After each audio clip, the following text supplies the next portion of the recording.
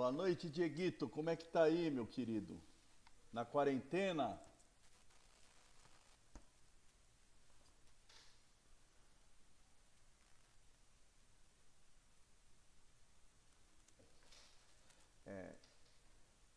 Para quem está chegando, como eu marquei às 7h30, temos ainda uns 5 minutos pela frente. Estamos aqui só no aquecimento, né?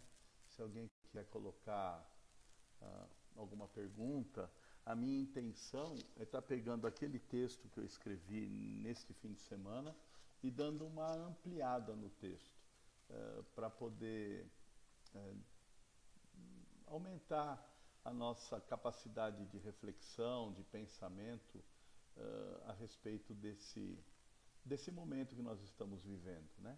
Momento esse que, de alguma maneira, já estava sendo anunciado por vários grupos de pensamento esotérico, um momento anunciado por vários grupos de cientistas, principalmente aqueles que lidam com o meio ambiente, com a ecologia, com a biologia e com as ciências da natureza em geral, porque a gente sabe que está acontecendo muita desordem, né, em vários níveis do cuidado humano e do planeta, e a probabilidade de surgir algo no nível da bactéria, do fungo, do vírus, era cada vez maior, né?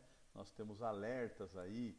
Eu lembro de um vídeo que foi publicado, isso há quase 30 anos atrás, pelo BBC de Londres, chamado Civilização em Perigo, falando do problema do bisfenol, que era o contágio dos produtos eh, que são os antioxidantes do plástico e que está em tudo, de cerveja, nas tampas de refrigerante, assim por diante, e, e, e que estava provocando uh, um aumento da infertilidade humana, uh, temáticas de androgenia e várias aberrações no reino vegetal e animal.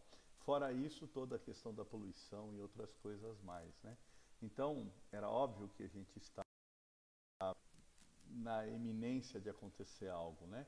E isso também de, de situações que vão se sobrepondo, que eu acho que o texto contempla todas elas. Então, é, mais um pouquinho de tempo e a gente vai chegar no início da conversa aqui. Ela está falando que o som está baixo. Não sei o que eu posso fazer para melhorar o som, Aisha. É, essa é a primeira experiência de live que eu estou tendo e, e eu tentei lá tudo antes. Estou sozinho aqui em quarentena, né? E estou fazendo via Facebook. Nas próximas eu vou fazer talvez por outras mídias, ou YouTube, ou Instagram, até para ver o que melhor se adapta. Nós estamos num momento também complicado, porque eu acredito que as redes estão absolutamente sobrecarregadas, né? Imaginem que nós temos uma quantidade enorme de pessoas presas na internet 24 horas por dia nesse confinamento, né? A Índia com 1,5 bilhão de pessoas em confinamento, a Europa toda em confinamento, Estados Unidos todo em confinamento, agora a própria Rússia entrou também lockdown. Então, assim, o que sobra é a internet. E para as pessoas terem a troca e passar o tempo, sei lá, né? Então, deve estar tendo uma sobrecarga nesse momento. Bom, vamos. Que bom, se melhorou o som. Eu estou falando mais alto aqui. Na verdade, eu estou usando o que eu uso normalmente nos atendimentos. Eu uso esse fone de ouvido, que é um bom fone de ouvido com um bom alto-falante, né? E nos meus controle aqui, eu tô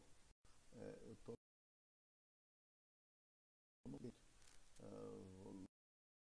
tá tudo no máximo. Ah, é. Bom, vamos lá. É, então, a ideia é começar a fazer esse tipo de análise, né? Com esse texto que está no site de GEP, né, Reflexões Provocativas e Metafóricas do Coronavírus, é o texto que está já, porque no site de GEP, por conta deste momento, a gente está fazendo uma produção enorme de textos, de artigos, de vídeos, até para poder manter a proximidade dos nossos alunos, dos simpatizantes do campo junguiano. E aí, a primeira coisa que eu quero fazer é trabalhar um pouco essa ideia do campo junguiano. Há pouco tempo atrás, eu recebi uma queixa de uma aluna. A aluna que está em formação, escreveu um texto e construiu e de forma literal o texto. Então, eu começo escrevendo de alguma forma retomando o que é esse pensamento junguiano, né? E é por isso que eu começo falando assim, que todas as produções que eu faço e que os professores de GEP fazem, têm a intenção de socializar aquilo que nos emerge, são as intuições, os sentimentos, os pensamentos e as sensações, as funções psicológicas que afloram na nossa consciência à medida que a gente vai sendo afetado pelo que acontece, afetado por lembranças, afetado pelo mundo interno, pelos instintos, que o Jung chamaria de espectro infravermelho, pelos arquétipos, que o Jung chama de espectro ultravioleta, das nossas memórias pessoais e das memórias universais, porque nós temos o inconsciente coletivo, e o inconsciente coletivo ele carrega a história de toda a evolução humana, né? E isso que eu coloco já como dizendo, olha, a ideia nunca é nossa. A gente pode ter uma arrogância, uma ilusão de que a ideia é sua, mas a ideia te atravessa. A coisa vem. No momento que ela vem, você elabora, põe ela para fora, mas ela nunca é nossa exclusivamente, né? É particular, individual, ela é da coletividade. No menor sentido você querer ficar dono de uma ideia, né? Absolutamente dono de um pensamento. Isso é um egoísmo, um egocentrismo. E é por isso que eu coloco que na condição de analista, eu sempre estou promovendo esse confronto antinômico, né? Confronto antinômico ajudar as pessoas a refletirem os pares de opostos, refletirem as polaridades, lidar com a dimensão opositiva, coisa que está muito difícil hoje em dia, onde nós estamos vendo um mundo, o Brasil mais polarizado ainda, numa fantasia de que existe direita e esquerda. E na realidade, se a gente para pensar, no Brasil nunca houve de fato uma direita, aliás, o oposto, nunca houve de fato uma esquerda no poder, né? Efetivamente falando. O que teve lá é um centro-esquerda, meio populista, que perdeu o foco, inclusive. Mas mesmo sempre foi muito incipiente, bem diferente da direita, que sempre esteve bem organizada e solidificada, né? Então é interessante a gente pensar na realidade. É uma ilusão achar que tem essa polaridade, não tem polaridade, conflito, né? Isso eu já vi, estão me falando que o som está baixo, mas é o que dá aqui. Continua não, né? Bom, de qualquer maneira, esse confronto é importante para poder acontecer a possibilidade da transcendência, aquilo que o Jung diz, né? Na hora que você cria o conflito, você gera o terceiro elemento criativo.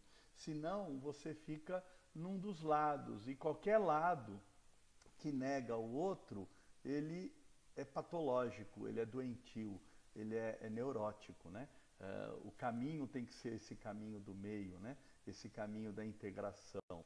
É, é por isso que a visão da psicologia analítica e o nosso trabalho como analista junguiano é ajudar o nosso cliente, o nosso aluno, a lidar sempre com as polaridades. E a gente usa vários recursos, né? A mitologia, os filmes, as várias narrativas literárias, porque é graças à cultura que a gente vai conseguir ter a possibilidade de aproximar as pessoas da alma, né? Porque nós estamos vendo um momento onde a alma está muito distante, né? A alma está muito longe do nosso cotidiano, né? Então, essa ideia de ampliar um recorte metafórico e simbólico. E metáforas vem de metáfren, né, que vai além, e sim que integra os polos, os bólons, né? Tanto é que a gente sempre fala, o oposto do símbolo é o diabolos, né? É o que divide.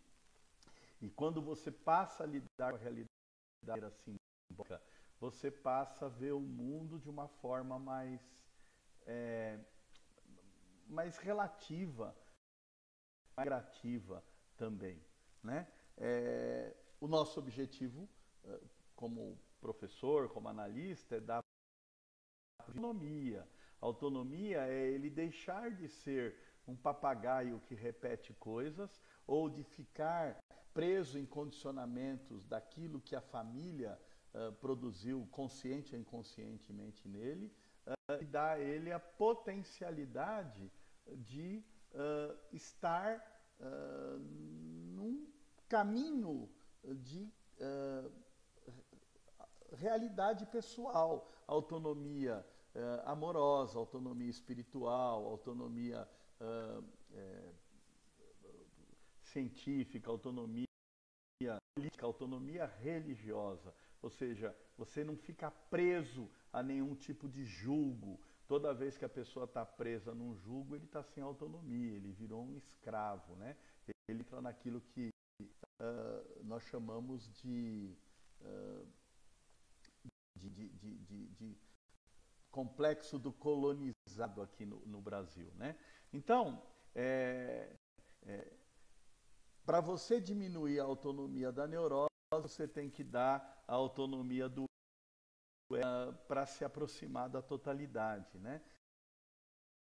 Tiram a autonomia do ego e ganham eles a autonomia própria, né? E hoje a gente está vendo um mundo onde as pessoas estão tomadas por partidarismo cego, unilateralidade, fundamentalismo, conservadorismo retrógrado e nefasto, egoísmo, medo, ressentimento, raiva, ódio, fanatismo, obsessão e poder. E isso dominando o indivíduo, ou porque ele é ignorante que está preso por isso, ou pior, como eu digo, né, ele é hipócrita porque sabe disso tudo, desse mundo sombrio e dos complexos, a gente começa a perceber a doença, a neurose e esse momento de grande conflito que nós estamos vivendo. Então, na medida que a gente vai dando a capacidade de autoconhecimento e a capacidade crítica, a pessoa sai desses padrões.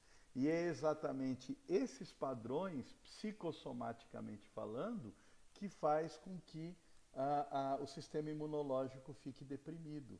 Hoje a gente sabe claramente que um sistema imunológico ele atinge a sua melhor plenitude quando o indivíduo está entusiasmado, né? Lembrando que entusiasmo tem a ver com enteos, né? Na conexão com o sagrado, quando ele está fazendo as maneira amorosa, quando ele está fazendo as coisas de uma maneira calorosa, né? E servindo, e entendendo que o servir é que dá o sentido, né? Para ele ser. E é essa a premissa que está por trás dessa questão desta pandemia, né? Quanto mais medo, é aquilo que eu coloquei no primeiro vídeo lá, né? Mais você fica com o sistema imunológico comprometido e mais de agravar os seus sintomas diante pelo vírus. Exposição essa vai ter que acontecer mais cedo ou mais tarde a gente se livrar dessa exposição, mas temos que torcer que ela não agrave e torcer para que, se ela agravar, a gente tenha uma assistência hospitalar adequada para nos salvar, né, da morte. Porque o grande problema é esse gargalo acontecendo aí e o mundo inteiro já não tem mais questionamento sobre isso, né? Pouquíssimas pessoas que a gente chama de negacionista que está questionando essa necessidade desse isolamento social, né? O organismo ele vai ter um dano enorme para muitas pessoas, né? Então, nessa narrativa, eu estou trazendo esses temas contraditórios, ambíguos, efêmeros, incertos, e eu espero que vocês entendam que eu não estou falando de verdades absolutas, são metáforas. E a intenção é a gente refletir, né? Refletir mesmo o quanto que é necessário a gente buscar esse bom humor e o amor para ter essa qualidade imunológica. Mas assim, como é que eu consigo resgatar bom humor e amor se eu estou condicionado em competição, condicionado numa situação de conflito, estou preso numa polaridade e assim por diante, né? É muito difícil a gente conseguir esse tipo de transformação, né? E é óbvio que né? Assim, algumas pessoas estão falando aqui, eu estou tentando pegar as ideias, que nós sabemos sim que esse vírus ele tem possibilidade de mutação, nós sabemos que já no Brasil tem duas cepas de vírus, uma mais agressiva, outra menos agressiva, mas de qualquer maneira, à medida que você vai tendo o contágio com qualquer uma dessas cepas, você já vai ganhando mais recurso imunológico para lidar com a futura. O problema é que nós, que eu coloco aqui no texto, né, que a Margarete Kluber-Ross deixa claro, diante de por exemplo, de uma informação trágica, de um estado terminal da morte, de uma doença fatal, né? Que o indivíduo segue aquele padrão, né? Primeiro ele depois ele fica revoltado, por que comigo? Que faz a gente refletir, e por que não com você, né?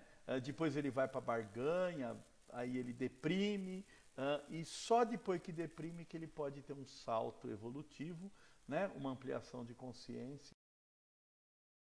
Ele pode morrer simbolicamente e até se salvar da doença. Mas se ele não faz a morte simbólica, ele vai ter que viver a morte literal. Eu já acompanhei muitos casos desses, de indivíduos que estavam, entre aspas, desenganados por essa medicina da sociedade de consumo, e que quando fizeram essa virada, esse turn e busca de sentido e significado de vida, o que acontece? O indivíduo se libertou daquela doença e surpreendeu a própria medicina, né? Bom, em contato então com vários cientistas e ficou claro que a gente não tem que isso, mas o que eu acho interessante é pensar nessas ondas mesmo que eu falo, essas doenças coletivas produziram um salto na humanidade, né? Ou seja, a peste negra, né, que o nome já é equivocado, que tem a ver com a febre bubônica, né, das pulgas por conta de uma falta de sanitarismo, lá por volta da Idade Média, ela matou na Europa principalmente, e o que aconteceu, né? Teve um salto, e daí a gente foi para o iluminismo, né? A gente saiu das trevas, a gente conseguiu compreender o valor da ciência, saiu daquela religião tão retrógrada e nefasta. É bacana isso, né? Depois, nós tivemos uma segunda grande doença, que foi, do ponto de vista biológico, né? Essa gripe espanhola, que foi a primeira versão do H1N1, uma SARS também, né? Que é uma síndrome respiratória aguda, que matou, pelas estatísticas, de 50 a 100 milhões de pessoas por volta de 1911, 12, que era no término até 15 da Primeira Guerra Mundial, onde pegou uma humanidade também com medo, sofrida, e aí aconteceu um dano enorme. E o Brasil também foi afetado por isso. Mas teve um outro salto. Mas a sequência teve a Segunda Guerra Mundial, 20 anos depois, e mata mais 70 milhões de pessoas. E tudo isso num planeta que tinha 4 bilhões de pessoas. E depois de lá para cá, né, nós estamos aí há 80 anos praticamente, sem nada que prove essa destruição em massa, e 4 bilhões para 8 bilhões. E, fora isso, um amontoado de gente, uma baixa qualidade de vida, apesar de acesso tecnológico maravilhoso, mas as pessoas estão muito assustadas, estão muito voltadas para a matéria, estão muito voltadas para o imediatismo, e é por isso que a gente vê as ondas psiquiátricas vindo. Então, a primeira onda psiquiátrica que aconteceu, ela aconteceu na época do Freud, 1800 e pouco, também por volta da época da febre da gripe espanhola, que de espanhola não tem nada, né? E essa onda, ela provocando, psiquiatricamente falando, um monte de surtos histéricos. Né? E nesse texto, essa histeria tem a ver com útero, em busca de inclusão. E essa inclusão acabou acontecendo, né? Acabou acontecendo com a Assunção de Maria, ou seja, o Vaticano aceitando Maria como um quarto elemento na trindade masculina, do Santo. E isso tem um livro do Jung a respeito disso, né? O Dogma da Santíssima Trindade. Ele deixa claro esse movimento. Isso no meu livro também, Dinheiro e Saúde Sagrada, eu trabalho a respeito. Depois que sai desse quadro histérico, surge a segunda onda psiquiátrica, que é a esquizofrenia, que à época se chamava demência precoce, e aí a relatividade começa a ganhar espaço, ter relatividade na ciência. Imagina, a luz é simultaneamente onda e partícula, a relatividade na vida. Heisenberg fala do princípio da incerteza, Oppenheimer diz que só pelo fato do indivíduo observar qualquer experimento, o experimento sofre alterações. Então é bacana. E a hora que a relatividade ganha espaço, as pessoas saem daqui maniqueísmo do absolutamente bom ou mal, absolutamente certo ou errado, a ciência ganha espaço, surge a mecânica quântica e o surto de esquizofrenia deixa de ficar presente. E aí surge agora, mais recentemente, que eu sempre associo a uma volta mesmo em busca do quê? Do sagrado, né? Um trecho que o Jung diz, né, que o indivíduo tem que aprender que ele vai às religiões, não às igrejas, aos templos, não às religiões, para encontrar Deus, mas para levá-lo, porque Deus está no âmbito de cada um de nós e não tem sentido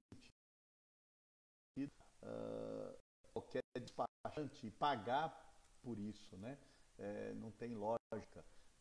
Eu tenho que me conectar com o sagrado e entender que eu sou um representante da centelha divina. E isso é muito importante de crescimento. Só que, infelizmente, a tecnologia, ao invés das pessoas entrarem dentro de si, darem o proveito criativo da direção, porque psicossomaticamente nós falamos que as doenças são que, apesar de violentas, rolam e revelam o conflito psíquico, revelam a ferida de amor.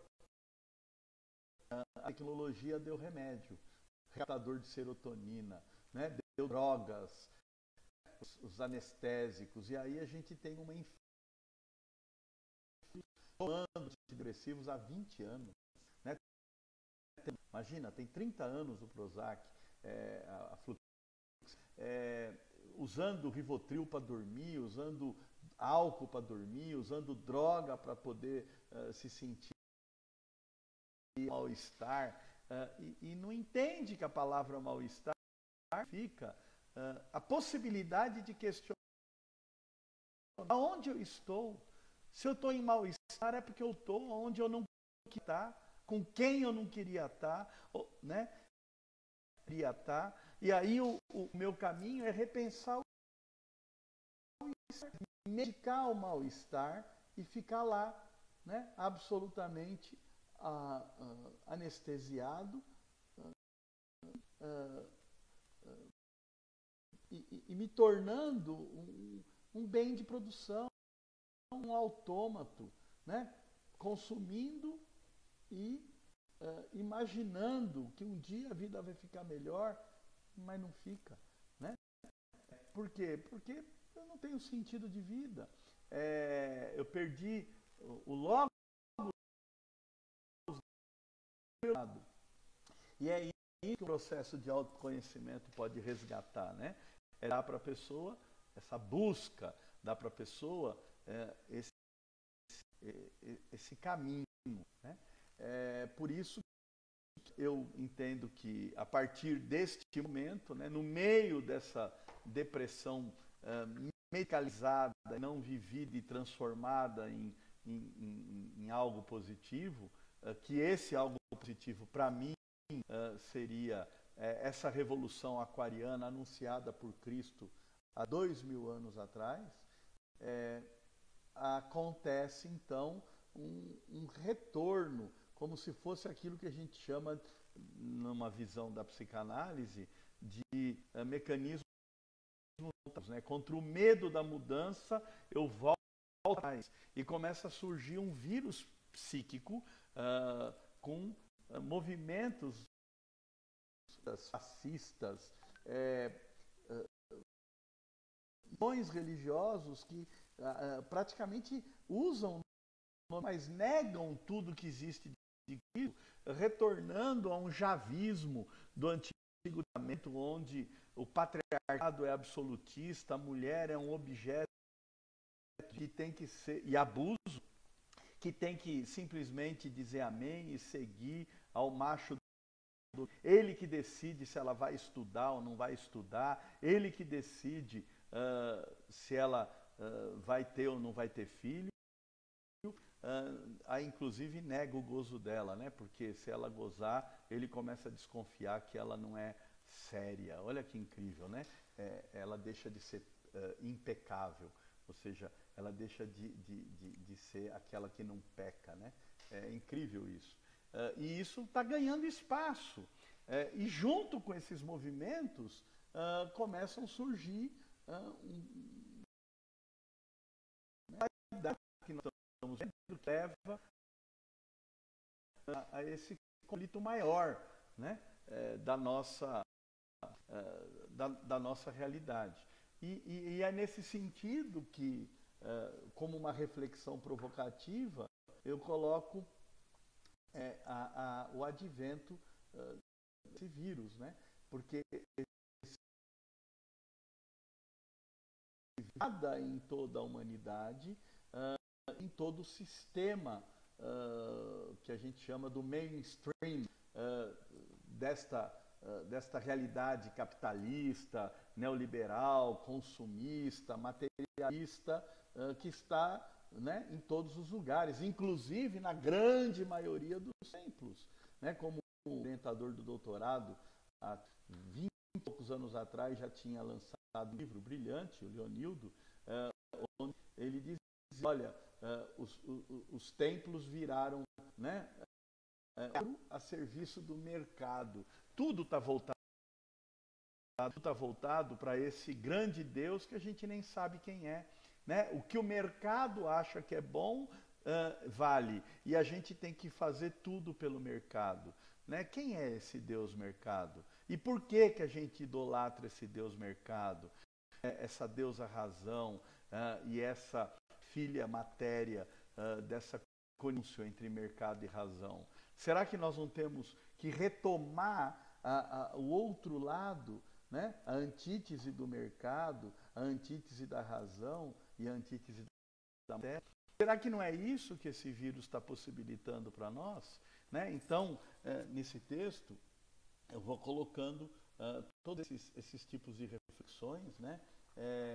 Como sempre, eu não consigo seguir um script, né? Nem em aula, nem em lugar nenhum, uma coisa vai vindo, talvez pela minha capacidade ou pela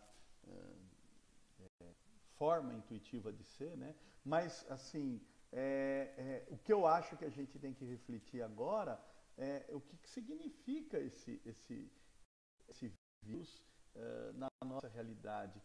Que proveito a gente vai tirar dele? Todo mundo está dizendo, e eu acho isso fantástico, a humanidade não vai voltar a ser o que era depois disso, eu também acho. Só que eu tenho uma fala aqui importante que eu coloco, né, dizendo, olha, a história nos ensina que ninguém aprende nada com a história. Né? Depois volta. Porque a gente tem um padrão de condicionamento, né? E esse padrão de condicionamento está muito, muito, muito arraigado.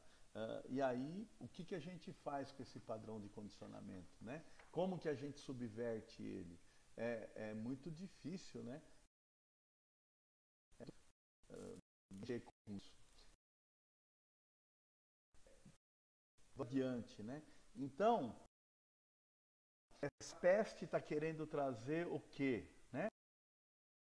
O que ela está querendo nos dar como ganho secundário, né? Do ponto de vista do conhecimento emocional, do conhecimento psíquico, né? E é isso que eu acho que vale a pena a gente ler e ampliar um pouco. Então, lá pelo meio do texto, algumas perguntas assim, né? Eu coloco assim, amplia simbolicamente esta pandemia, provocações importantes. E aí eu vou fazer as perguntas e vou ampliar um pouco essas perguntas. Então a primeira que eu faço né? Por que será que ela é mais fatal para 70% dos acima de 60 anos? E as crianças raramente complicam, mas são elas as grandes transmissoras em potencial. Será que simbolicamente eu não posso fazer uma reflexão, né, de que essas crianças estão...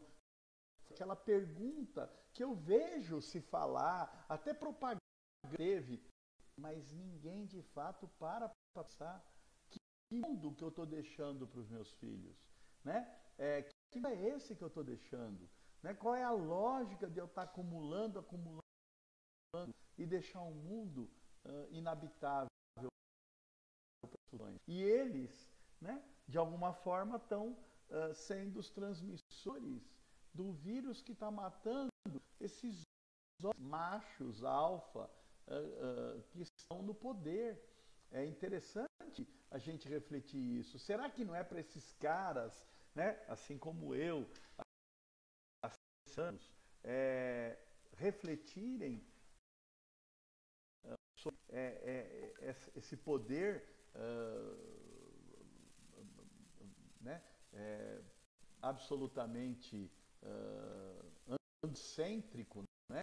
No meio dessas falas todas aqui, é muito, eu não consigo acompanhar, mas alguém me chamou aí de ego macho, né? Ou coisa que o valha. E eu acho que sou sim. É difícil eu me libertar do condicionamento que eu fui educado, né? Por mais que eu tente ser um representante contra essa masculinidade, ela está dentro de mim. Eu respiro ela e qualquer descuido ganha uma autonomia enorme. E não ter essa capacidade crítica nem a percepção disso é muito ruim. Agora, também deixar de agir para não correr o risco de ser chamado de ego macho também é pior, né? Porque aí eu estou hipócrita omisso, né? Então, ok, que bom que me chamou de ego macho.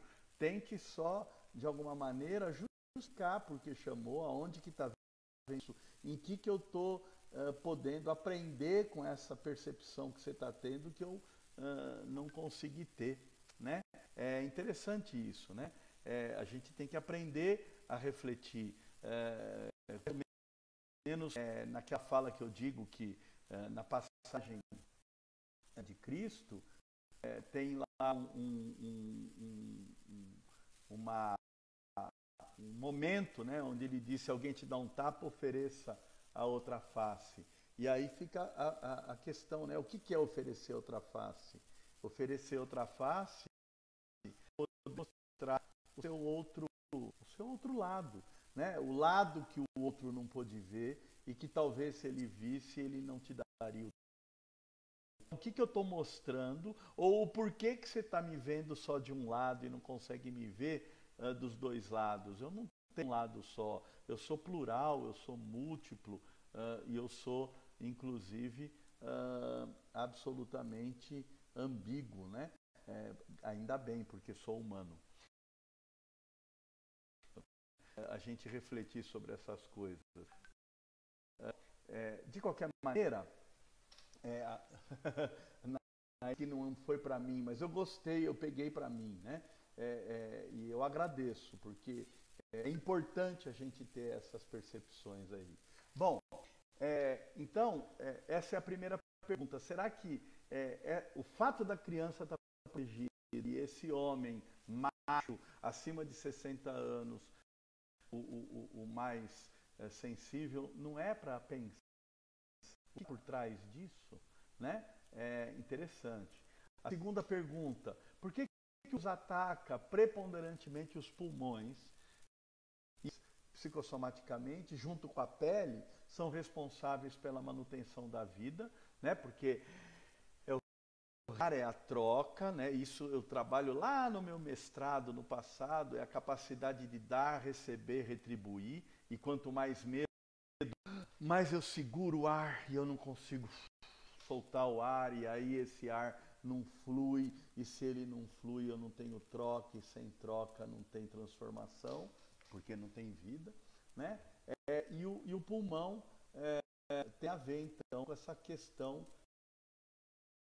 do sentido da vida, e ele está fazendo a gente adoecer exatamente no nosso órgão. Nasce com a primeira, né, insuflação de ar e morre com o último suspiro, né? Enquanto a gente está vivo, a gente está nessa troca, né? É bacana pensar nisso. Terceira pergunta: será que o medo ou a dificuldade de trocar de forma harmoniosa e igualitária está produzindo esse sintoma, né? A gente volta para o padrão do pulmão, né? O pulmão impedindo que o indivíduo de alguma forma se estabeleça vínculos, né? E agora a gente tem que estar longe, né? Longe, porque a nossa ação, os nossos perdigotos pode ser vida por outro. É incrível, né? Outra provocação. Por que será que o vírus tem, aqui ficou trem, comi bola dura, e justamente isso é sua vulnerabilidade desse sabão, enquanto 30% da humanidade não tem nenhuma camada gorda de proteção, porque estão abaixo da linha de pobreza. Ou seja, é interessante isso. Esses dias eu assisti com a Simone um vídeo pesado, ele faz a gente pensar, chamado O Poço, né? Difícil, tá no Netflix, e como é complicado a gente compreender a solidariedade de fato, a gente sair do egoísmo, a gente compreender que hoje eu estou por cima, mas por baixo, e que é a saída, a ideia principal que está no filme, né? Como é difícil a gente compreender que se tem 30% da população, e eu me incluo nisso, tem 30% da população subnutrida. O que está por trás, né? É incrível. Esses dias eu estava comentando com um cliente, agora nessa quarentena, a gente dispensou os nossos funcionários para eles ficarem protegidos e a gente protegido deles, né? E eles estão lá, remunerados nas casas deles e tal.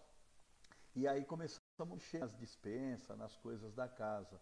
E eu cheguei a achar uma lata de um produto que eu comprei na Itália com vencimento de 2016. Né? Que pecado, né? Que falta de sentido. Nem aproveitamos, nem deixamos ninguém aproveitar e tivemos que jogar fora.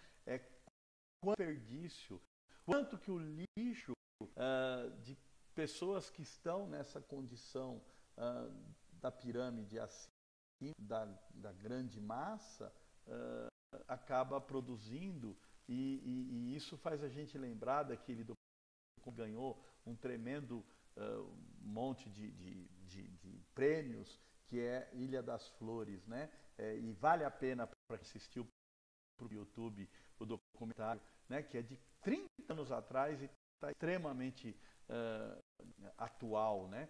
Falando sobre o lixo e do desperdício, né? E como que o meu lixo vira sobrevida do outro. Por que eu permito deixar isso acontecer? E isso tem a ver com o poço, né? Então a gente não está sabendo fazer essa redistribuição. E é gozado, né? Esse vírus gordo, exatamente pela dura dele, que é a vulnerabilidade dele, né? É incrível. Bom, a outra pergunta que vem não é interessante que a forma desse vírus é esférica, como os corpos celestes, numa época retrógrada, onde alguns até consideravam a Terra plana, né? Ou seja, nós estamos tendo uns negacionistas falando que a Terra é plana, né? E a alquimia, a tábua de esmeralda, fala que o que está em cima é o que está embaixo, né? E são correspondentes, o microcosmos se interpenetram. E é interessante a gente pensar nessa coisa do número e do macrocosmos se interpenetrarem, e o vírus redondinho, né? Que ganhou o nome de coroa, tem o nome de coroa, significa que ele está tendo algum rei, que rei é esse, né? Que está sendo servido por esse. Olha, eu estou falando de forma simbólica e metafórica, e não literal, né? E também não estou destruindo aqui, né? Pelo contrário, eu estou fazendo uso desse pensamento que ficou encantado com a alquimia e com a ideia que os alquimistas diziam que os elementos têm alma, e que se buscava o espírito do metal, o espírito do minério, o espírito vegetal e o espírito animal, né? E que tem um ovo cósmico de transformação. Porque essa é a ideia que o humano tem que ter, né? Sonhar, metaforizar. A gente perdeu isso, ficou tudo muito rígido, muito duro. E de repente a gente vai ter que voltar a contar a história uns para os outros, socializar sonhos, né? Ser rápido, prático ou ficar alienado numa distração contínua, preso num videogame ou preso de maratona de vez, porque temos a capacidade, né, da troca de pensamentos. Está tudo muito duro, você fala alguma coisa, o outro já reage, já te chama de direitopata ou de psicopata. É doido isso, né? Obviamente que tem sim os psicopatas, tem os débeis mentais que fazem um monte de coisa que não deveriam fazer, mas tem aqueles que estão simplesmente se permitindo a refletir, se permitindo a socializar ideias, né? Bom, como eu estou fazendo, espero. Será que se acaso, né? Outra pergunta, por que estamos tendo que temer coisas ínfimas? E toda a tecnologia não serve para nada. É aquilo que eu digo lá na frente, né? É tudo que os grandes países, as grandes potências do mundo investiram nos últimos de material bélico, ogivas nucleares, caças e um monte de coisa da defesa para fazer muro, para se proteger do inimigo. E isso vai produzindo cada vez mais o inimigo interno, mais o terrorismo, né? Porque uma coisa está ligada à outra, né? Aquilo que eu mais temo é aquilo que eu mais atraio. A gente sabe disso, né? E na verdade tudo aquilo que eu temo lá fora está dentro, eu projetado lá fora, mas é tão difícil esse exercício também. E a gente sabe que praticamente de 30% a 40% do PIB do mundo nos últimos 30 anos foi investido em quê? Em materiais bélicos, em arma, né? E ainda tem uma história agora das pessoas andarem armadas. Para que serve meu 38 diante de um vírus? Para que serve essa ogiva nuclear e os muros diante desse vírus que não tem muros, né? Que está pegando tudo e todos de forma absoluta social, de forma absolutamente igualitária, né? Então, é uma reflexão importante, né? Por que a ciência foi só voltada para esse tipo de e não deram para o autoconhecimento, para a humanidade, né? E ainda tudo que está ligado à humanidade, nessa onda negacionista é considerada de esquerdopatia, né? E por que essa ciência não foi investida também na tecnologia da bioengenharia, né? Nós temos aqui gênios e coleles, temos o Siddhartha da neurociência, e estão tendo que buscar recursos fora, pessoas que tinham que estar amplamente valorizadas. Agora eu sei que está indo ajudar os estados do Nordeste, mas assim, são pessoas que estão lutando com recursos próprios praticamente, perderam os incentivos todos, e é deles que a gente precisa, né? Senão está tudo torto, está tudo errado. Então, refletir essa questão é outra forma rica da gente pensar sobre isso, né? Porque depois do confinamento, o número de pedidos de divórcio na China surpreendeu. E agora, né, no Brasil, e não só no Brasil, parece que na França também, durante o confinamento, o número de queixa de abuso e agressão à mulher aumentou significativamente.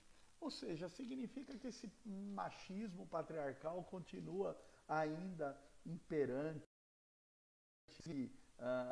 As pessoas estão presas em relacionamentos que a gente chama de mentar, mas não conseguem, de alguma maneira, sentido, significado da própria. Interessante isso.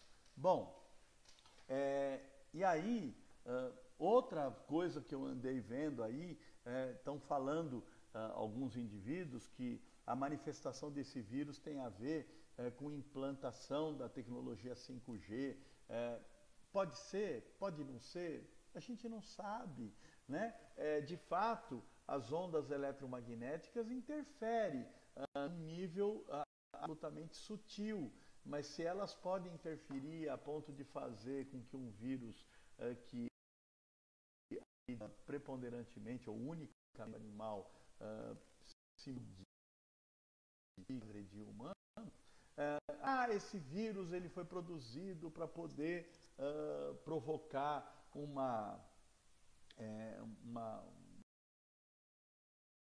dados e favorecer a China. Teoria da conspiração pode ser, tudo pode ser, nada pode ser, né? Agora,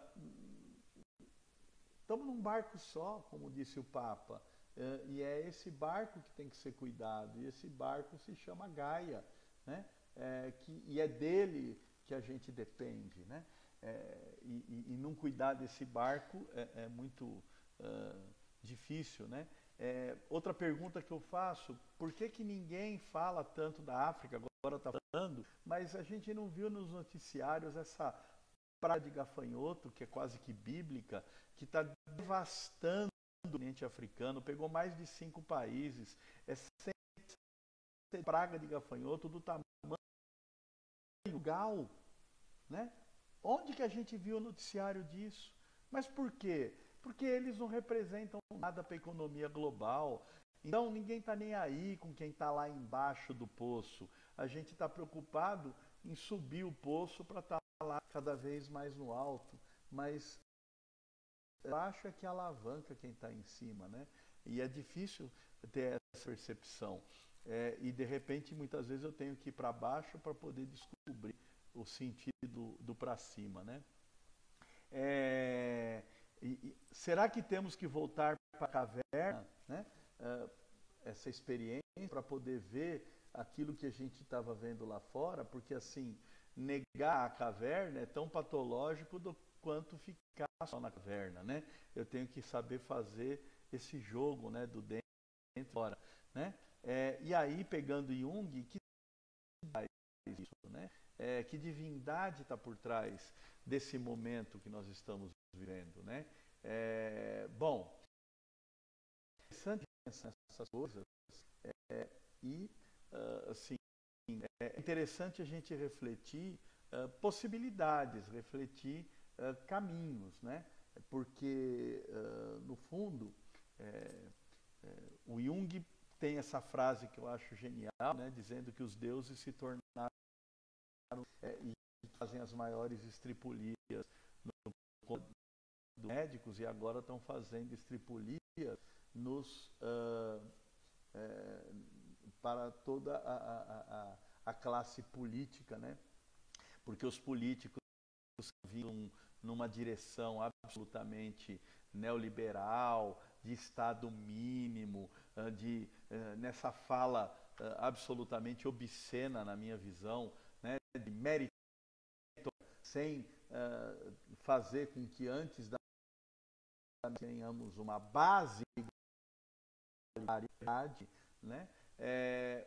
Hoje estão tendo que ajudar tudo e todos, porque como estamos no mesmo barco, né? Ou seja, fizeram tudo para destruir e agora eles estão tendo que botar 3 trilhões, inclusive, para proteger os menos favorecidos, ou seja, se tornaram grandes socialistas, né? E não tem saída. Realidade, ou seja, o Estado se preocupar com educação de qualidade, saúde de qualidade. Aliás, a segurança nem fica tão prioritária se você dá muita educação e saúde e recursos para o indivíduo. Aí sim, por meritocracia, seguir adiante, né? Mas são bases iniciais que a gente tem que fazer, né? Bom, questionamentos todos, eu acho que eles são muito provocativos e fazem pensar alguma coisa, né? Lá do texto, eu falo novamente da tábua, falo até de uma saída, né? De pegar 30% do montante de gasto em material bélico e mais 10% de todas as grandes fortunas, né, do planeta, e a gente resolveria todo o problema do planeta, né? Daria moradia, daria alimentação, daria educação e saúde para todo ser vivo, né? Mas é difícil isso, né? É tão complicado porque a gente está nesse patriarcal, e o patriarcado ele tem como objetivo o quê? Hierarquia, né? E a hierarquia valoriza quem está no alto da escada do poço, né? E como se aquilo fosse mérito. É por acaso, né? Não tem mérito nenhum. E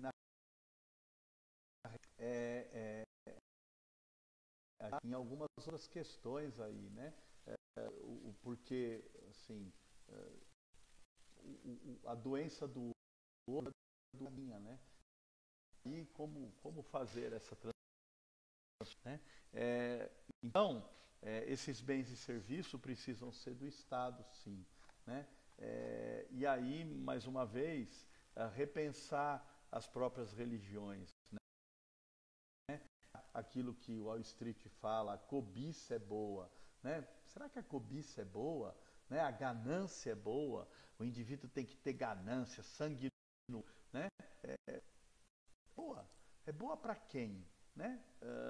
Para o diabo, para aquele que te divide, né? Para aquele que te tira da dimensão do sagrado. Né? O problema é que a gente vê aqueles indivíduos que se colocam como líderes religiosos, entre aspas, absolutamente gananciosos do mesmo jeito.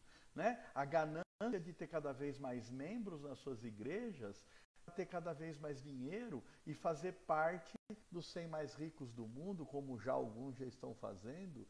Qual é o sentido disso? Né? Que espelhamento esse cara tem com os ensinamentos de Jesus, por exemplo? Né? E por que o povo, como gado, entra? Qual é a lógica do povo entrar que nem gado nisso tudo?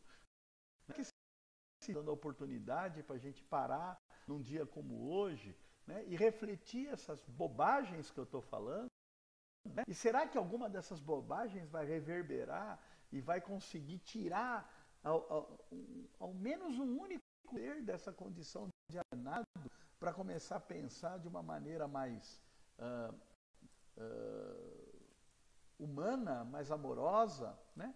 Espero que sim. Né?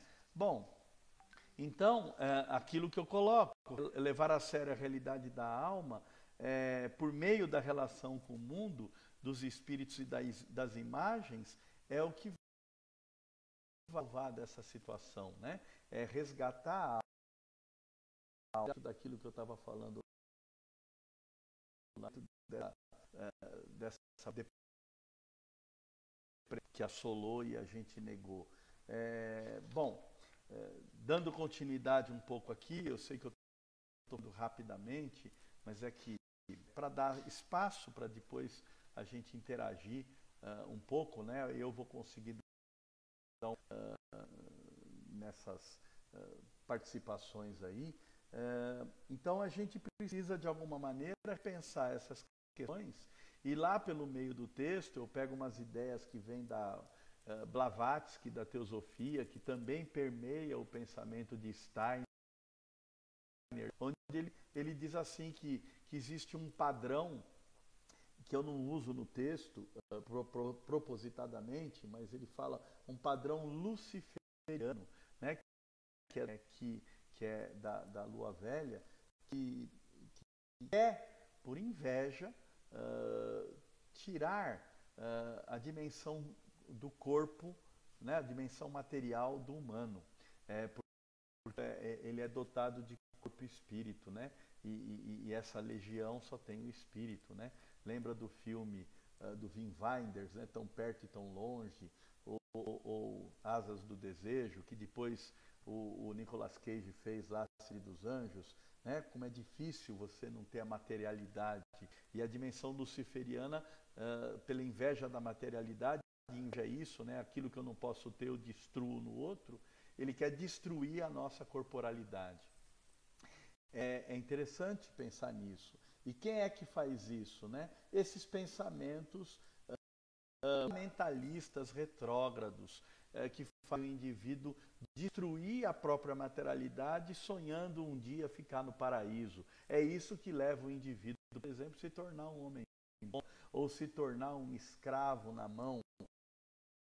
Grupos de religiões que fazem o indivíduo ficar lá dominado, dizendo amém, dando dinheiro, trabalhando e entendendo que a vida é isso mesmo e ele só vai ter a possibilidade do paraíso quando ele morrer, né? Então isso é uma condição que a gente chama de uma condição pré-ética do homem que ainda não tinha ganhado a consciência da própria corporalidade. Quando Adão e Eva comem a maçã, ele ganha a consciência e ele cai do paraíso, né?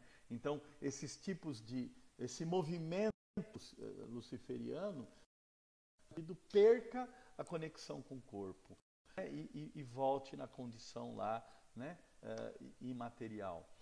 Só que a gente tem que vai ao contrário, que quer destruir toda a dimensão espiritual, toda a condição séria, e nos tornar aquilo que na Torá, o golem, né? O golem é aquele indivíduo que é só matéria, né? É só massa, não tem alma, não tem espírito, né? Ou zumbi, a ideia do zumbi. Então é um indivíduo que perde, é o Fausto, que vende a alma para o diabo para poder ter toda a materialidade, só que aí descobre que não pode amar, né? No Fausto Brilhante, Goethe faz ele nos deprimir para resgatar a alma, para poder a alma amar, senão não tem sentido nenhum toda riqueza sem alma, não tem entrega, e sem entrega não tem fé, não tem sentido, né? Então nós temos essa outra dimensão, né, que Blavatsky chamaria de arimânica, né, que faz com que então nós abramos mão de toda a dimensão espiritual e ficamos só material. E o humano está entre esses dois contextos.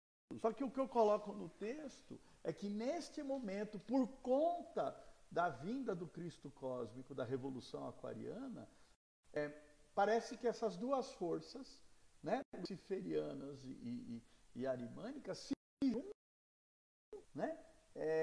Você vê o neopentecostalismo com evangélicos fanáticos retrógrados patriarcais se juntam para impedir que a revolução aconteça. A revolução é a quebra desse patriarcado para que surja a alteridade, né? Que esse novo ciclo, o ciclo onde eu saio um olho do outro,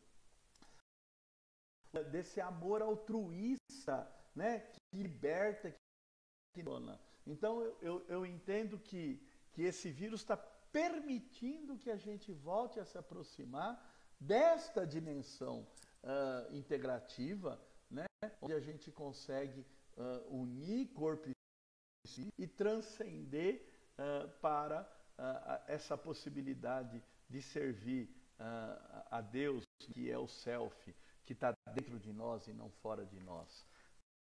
Né? Então, basicamente, essa é a ideia que eu estou passando no texto, né? Dá para fazer muitas outras cortes, eu acho que aí a gente extrapola muito, falando ininterruptamente. Agora eu vou dar um pouco de espaço aqui para ver as colocações e críticas e sugestões, para eu falar um pouco mais.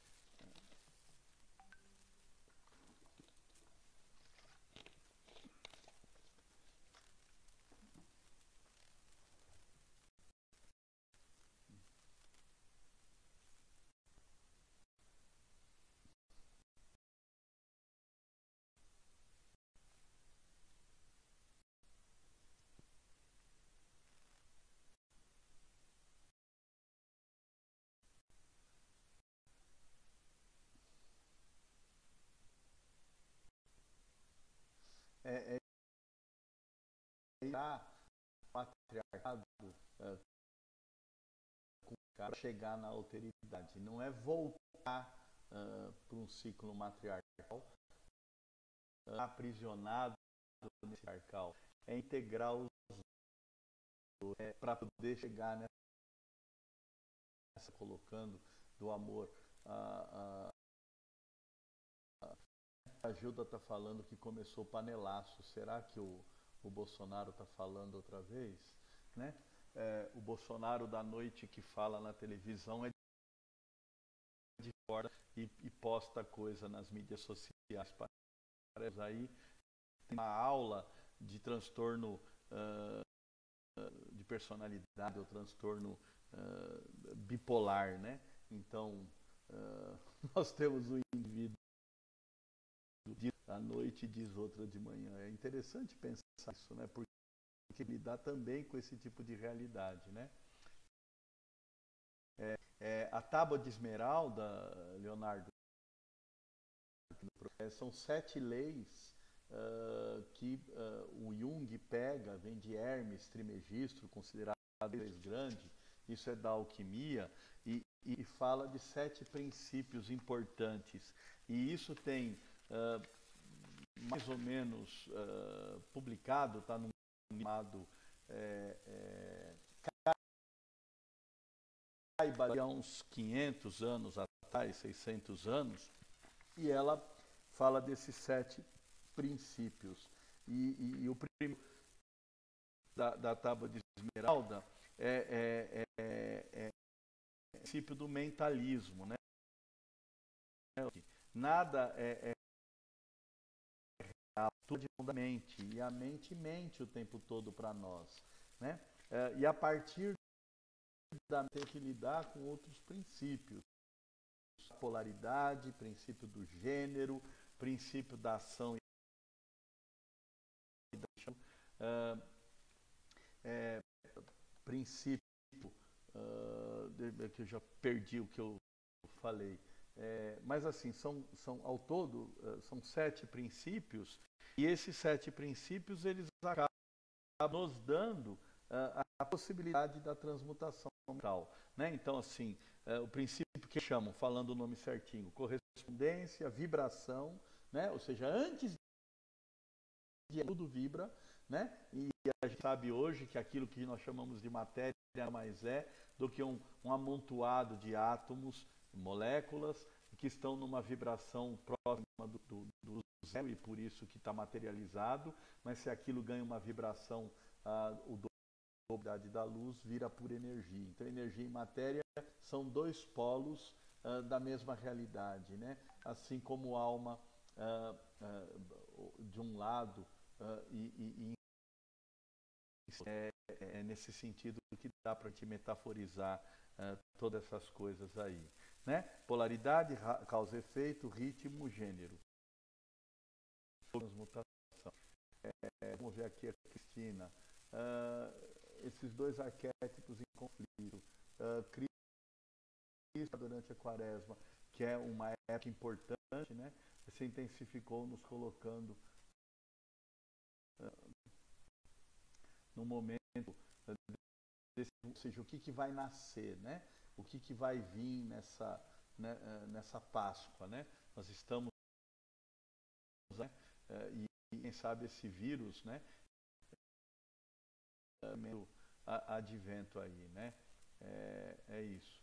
O que mais que tem de pergunta? Vamos ver aí a coisinha. Ou será que eu também tenho que parar agora e bater panela lá fora?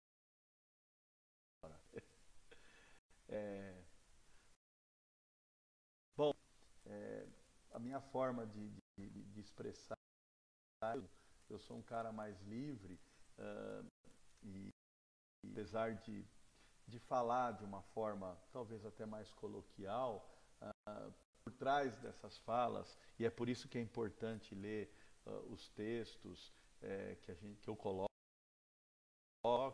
dá para fazer bastante.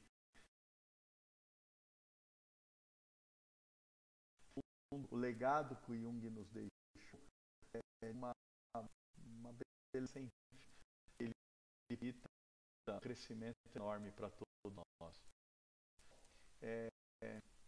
Vamos lá. Atenção à simbologia do número 4 nesse contexto. Quarentena, quaresma, né, um ano de número 4 pela soma, o número da familiaridade, potencialidade, totalidade. Interessante, né, porque a alquimia, inclusive, Sandra, fala sobre a quadratura do círculo. É do quadrado que vem o redondo, né? E o vírus é redondo, mas uma ampliação assim, né? E o quaternio é a base, porque no fundo o universo ele é dividido em quaternidade, né? Você tem as 4 estações, né? Você tem os 4 elementos, Thiago Riar, você tem 4 princípios, quente, frio, seco e úmido, e você tem as 4 forças da física, né? Que é a energia se movimentando tempo e espaço, energia, movimento, tempo e espaço, e isso dá tudo que o cosmos possibilita, né? E no fundo o vírus é uma coisa desenergizada, ele não é viva, né? Mas tempo e espaço e ganha vida quando ele se aproxima da dimensão corporal, né? Ele se apodera do corpo, ele aspira as coisas do corpo biológico replicante, né? Com qual propósito? Né? Talvez produzir evolução.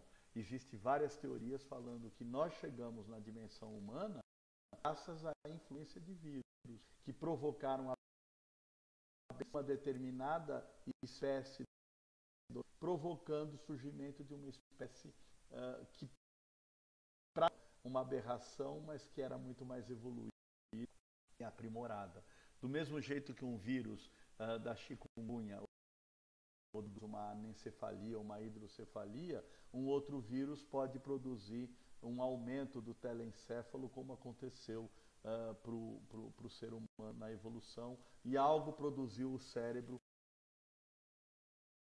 para ser usado de forma simbólica e metafórica, e a gente está perdendo essa condição. Ou seja, os muito mais quânticos,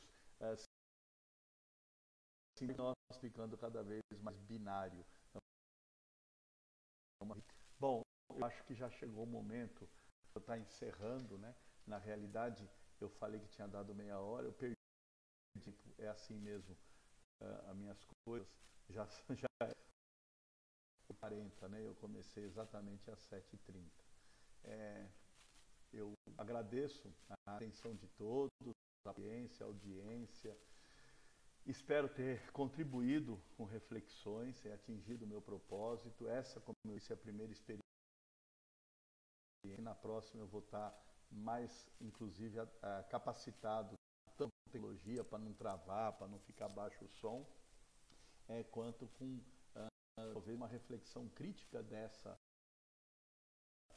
para poder aprimorar, porque é aprimorar. Mais uma vez, muito obrigado. E agora a minha saudação é Namastê, coronavírus em mim, sauda coronavírus em você. Mas obrigado.